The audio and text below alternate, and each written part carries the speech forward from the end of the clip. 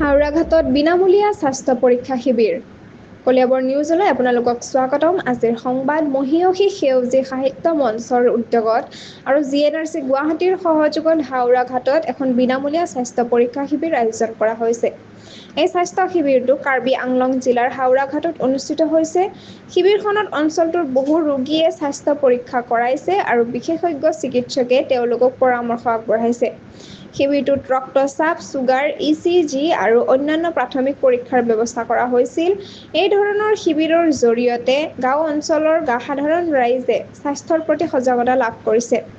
GNRC Guwahati আৰু মহীয়সী সেউজী সাহিত্য মঞ্চৰ এই উদ্যোগক স্থানীয় ৰাইজে উচ্ছ্বসিত ধন্যবাদ জ্ঞাপন কৰিছে। সংযুক্ত হৈ থাকক কলিয়াবৰ নিউজ চেনেলটোৰ লগত। চেনেলটো লাইক, কমেণ্ট, শ্বেয়াৰ, ছাবস্ক্ৰাইব কৰিবলৈ নাপাহৰিব। লগতে কাষতে থকা বেল আইকনটো দবাবলৈ নাপাহৰিব। আমি এনে ধৰণৰ খবৰ আপোনালোকলৈ আগবঢ়াই থাকিম। সংযুক্ত হৈ থাকক চেনেলটোৰ লগত। ধন্যবাদ।